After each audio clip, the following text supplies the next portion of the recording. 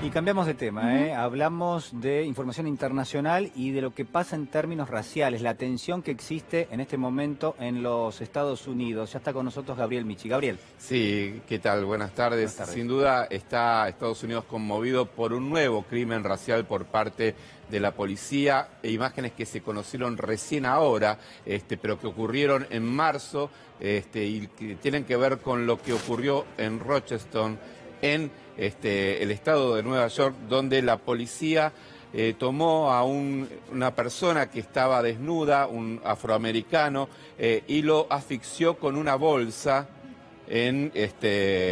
contra el piso, y este hombre llamado Daniel Prud, de 41 años, terminó falleciendo una semana después porque tuvo muerte cerebral a raíz de esta asfixia. Esto que estamos viendo son justamente los incidentes que se produjeron. Esta es la imagen de la cámara corporal de la policía. Fíjense, Sí. este hombre afroamericano está desnudo, está nevando en ese Gaby, momento, sí. exactamente, y lo esposan. El hombre estaba fuera de sí, estaba con una crisis psiquiátrica, y ahí vemos cómo le colocan esa bolsa en la cabeza. ¿Pero por qué? Porque supuestamente él les había dicho que tenía coronavirus. La policía de Nueva York tiene, del estado de Nueva York, estas bolsas que se supone que son porosas, y lo asfixian, pensando que no lo estaban asfixiando en principio, pero después lo empujan contra el piso, y al estilo de lo que pasó con George Floyd, lo Pero dejan esto es con un muerte asesinato. cerebral. Sí, de hecho Es la un figura asesinato. es homicidio, Es un homicidio, pero ¿quieren claro. escuchar lo paradójico?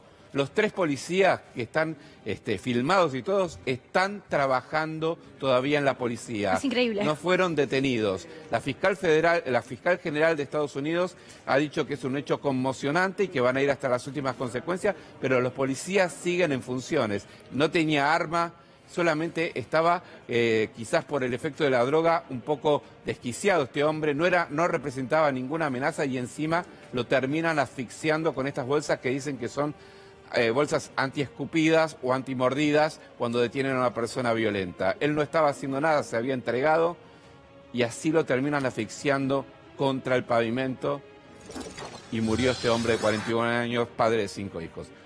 Lo que estamos viendo ahora, Sí. Joe Biden está en Kenosha. Esto es en vivo, ¿no? Esto es en vivo ahora en este momento en una iglesia en Kenosha, donde está reunido con referentes sociales, empresarios, defensores de los derechos cívicos, justamente de Kenosha. Kenosha es la ciudad que explotó en los últimos días por lo que ocurrió con Jacob Blake, este hombre que recibió 7 balazos, hombre afroamericano, de la policía, y que terminó en incidentes muy graves en esta ciudad. Hace 2 días estuvo Donald Trump allí.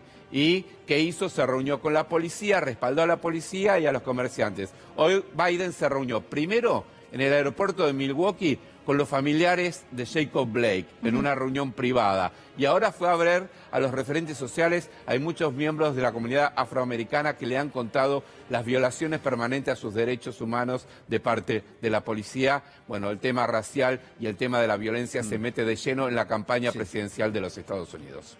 Gracias, Bueno, Javi. es un escándalo, ¿no? Todo Tremendo. esto. Vamos a sumarlo al análisis al doctor Ernesto Resnick, que ya está en comunicación con nosotros. Doctor Resnick, ¿cómo está? Buenas tardes.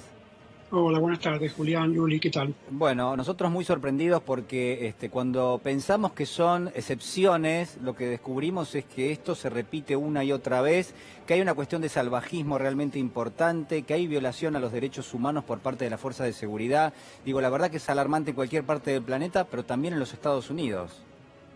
Absolutamente, creo que te muestra por qué estalló en el caso de George Floyd del modo que estalló. Porque Claro. la gente que salió a las calles sabía que no era un caso único. Nadie sale, millones de personas a la calle porque por un caso, por una curiosidad, ¿no?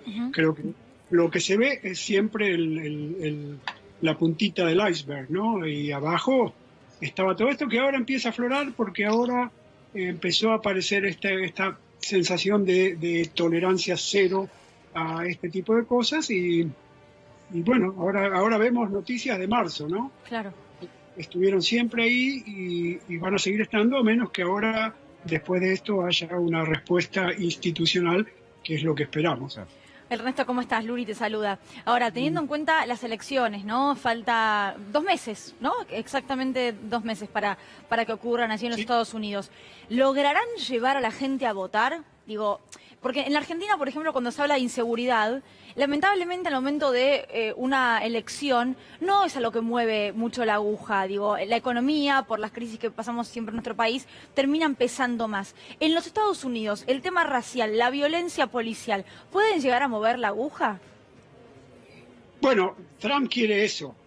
Trump está polarizando a velocidades supersónicas, ¿no? Esto de haber ido a Kenosha es simplemente para incitar más, ¿no? Lo que quiere es que toda la gente, toda la reacción al movimiento que se vio en mayo, junio en Estados Unidos, la reacción a eso salga y vote a él, que va a ser el candidato de la ley y el orden, ¿no? Como siempre en las elecciones de Estados Unidos depende de quién consigue sacar más gente a votar. Los jóvenes han estado muy movilizados, primero con Bernie Sanders, después con estas marchas. Joe Biden no es un candidato que excite mucho a los jóvenes, así que hay un peligro en eso. Pero a último momento va a ser eso, quien logre sacar más gente. Te digo como ejemplo, por ejemplo, acá cuando fueron hace 3 semanas las internas demócratas, donde por ahí la diputada más de izquierda del Congreso, que es de acá, una musulmana, millones de dólares puestos para derrotarla, y fueron las elecciones, aún en pandemia, más concurridas de la historia en una primaria, ¿no? Entonces, eso te muestra el nivel de polarización que está habiendo, en el cual trataron de echarla de un lado, la derecha, hasta la derecha demócrata. La gente salió a votar por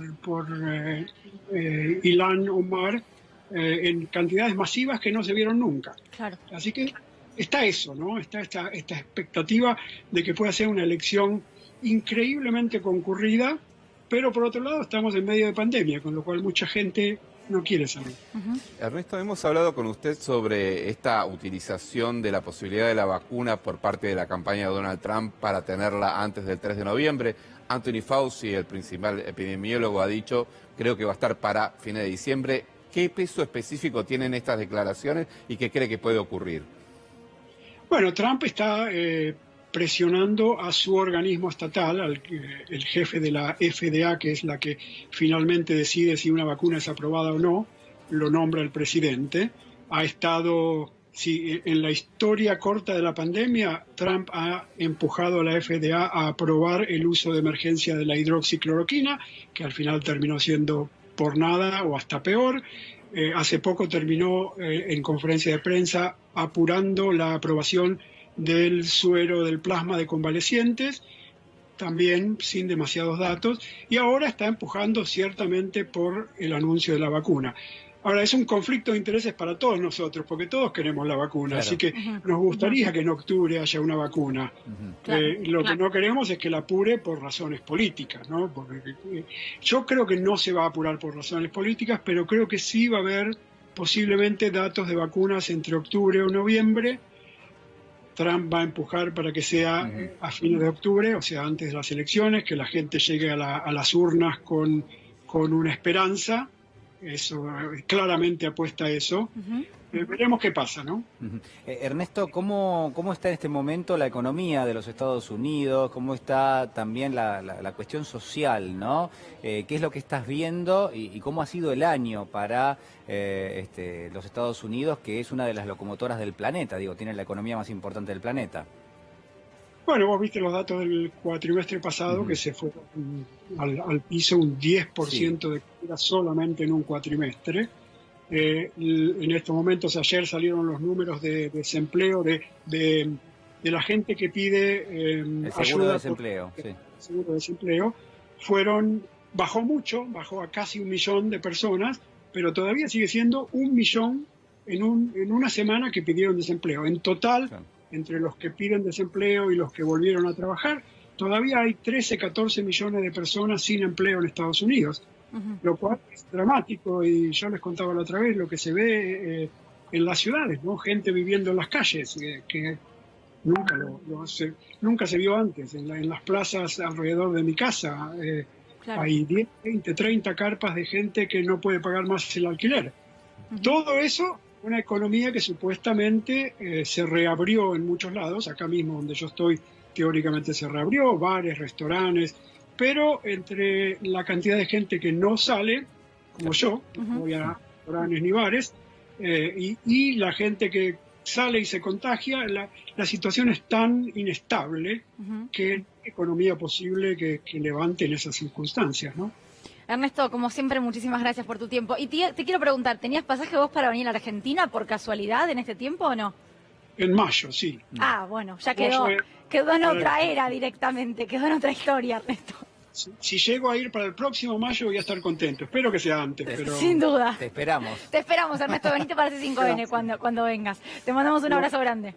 Gracias, un abrazo grande.